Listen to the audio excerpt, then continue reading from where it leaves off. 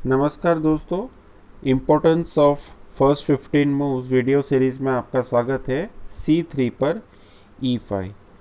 जैसा कि मैं आपको सीरीज़ में बता चुका हूँ कि मैं क्रेजी बिशप ऐप में फर्स्ट 15 मूव्स खेलूँगा। इस ऐप में 100 लेवल्स हैं, तो मैं किसी भी एक लेवल पर पहले वाइट से खेलता हूँ E क्रॉस F4 और उसके बाद ब्लैक से खेलता हूँ।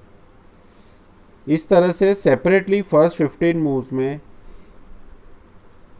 जब हम प्रैक्टिस करते हैं तो यहाँ पर हमको ये भी आइडिया होता है कि हमको ओपनिंग में कैसे खेलना चाहिए। अगर हमारी ओपनिंग अच्छी होगी, हमारी स्टार्टिंग अच्छी होगी QC2, तो हम उस गेम में आगे अच्छा खेल सकते हैं। NF6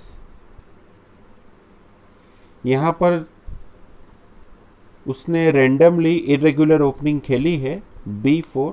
तो कई बार ये भी होता है कि अगर हमारे पास इस टाइप के इरेगुलर पॉन स्ट्रक्चर या इरेगुलर ओपनिंग में खेलने का एक्सपीरियंस नहीं है, तो कभी कभी कोई प्लेयर हमको हरा भी सकता है और हमको या हमारी गेम में डिस्टर्बेंस भी क्रिएट कर सकता है। KD1 सेकेंड लेवल है, इसलिए इस तरह के रैंडम मूव्स आएंगे।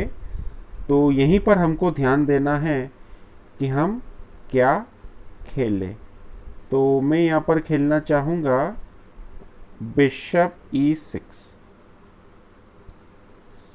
यहाँ पर मुझे ये भी था कि अगर मैं नाइट C6 खेलता तो कहीं वो B5 मूव चलकर मेरे नाइट को डिस्टर्ब ना कर दे। तो मैंने सोचा कि पहले बिशप बाहर निकालते हैं, फिर देखते हैं। तो अब मैं खेलना चाहूँगा यहाँ पर 0-0 कैसलिंग कर सकते हैं। उसका किंग भी अभी सेंटर में ही है, तो फिर जब ओपोनेंट का किंग सेंटर में होता है तो फिर जो हमारी गेम स्ट्रेटजी है मिडिल गेम की, हम वैसी प्लान कर सकते हैं।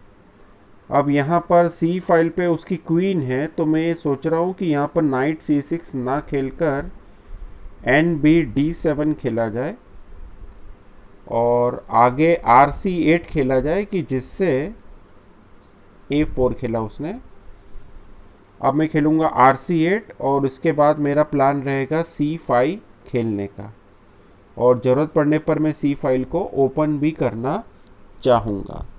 बिशप D2 खेला उसने, तो अब मैं खेलूँगा C5।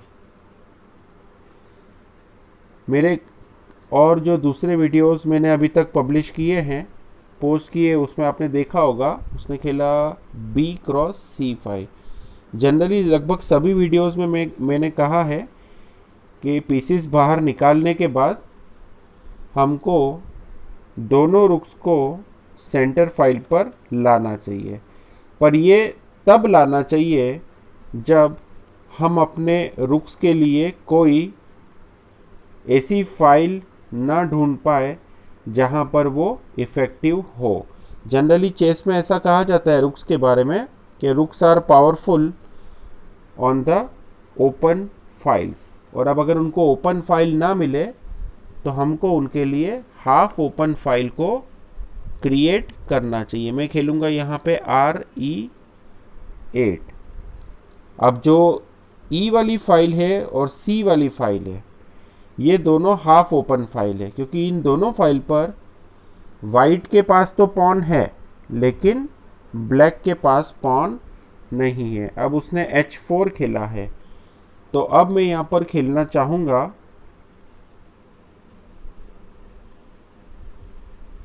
पोजीशन को थोड़ा ओपन करना होगा, बिकॉज इस तरह से अगर पीसीस जैसे कि आप देख रहे हैं उसने जिस तरह से खेला हुआ है, पीसेस उसके सारे अंदर है, लेकिन मैं कहीं से कोई पोजीशन ब्रेक नहीं कर पा रहा हूँ। तो यहाँ पर मैं खेलूँगा पहले A6।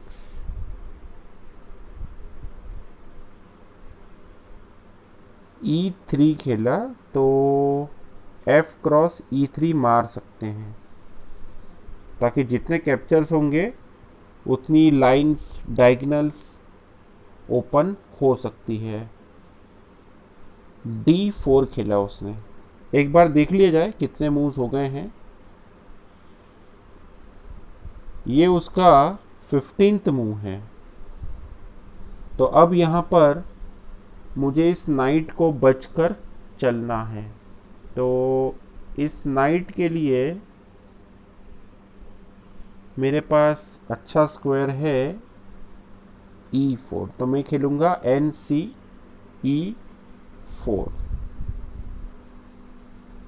तो ये उसका, अब उसने खेला है बिशप क्रॉस A6। एक बार और चेक कर लेते हैं। यस, ये उसका 16th वाइट का मूव है और मैं ब्लैक से खेल रहा हूँ।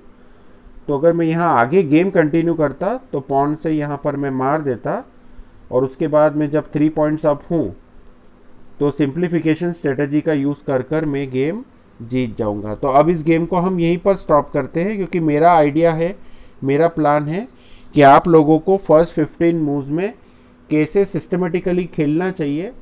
उसके लिए जैसा कि आप देख रहे हो, मैंने ये चार्ट बनाया है, उसमें लेवल वाइट ब्लैक करके अप टू 100 लेवल्स तक का मैंने इसमें पूरा चार्ट बनाया है। और मैं यहाँ पर रिकॉर्ड कर रहा हूँ कि जैसे ही मेरा गेम कंप्लीट हुआ फर्स्ट 15 मूव्स का, तो उस लेवल के आगे मैंने अब ब्लैक कलर पर टिक कर लिया है। तो ये मेरा 4th वीडियो है इस सीरीज़ के ऊपर। तो यहाँ मैं आपके लिए पूरा 100 लेवल्स तक गेम खेलूँगा। वीडियो आपको पसंद आया हो तो इसको लाइक करिए, शेयर करिए और मेरी चैनल को सब्सक्राइब करिए। धन्यवाद।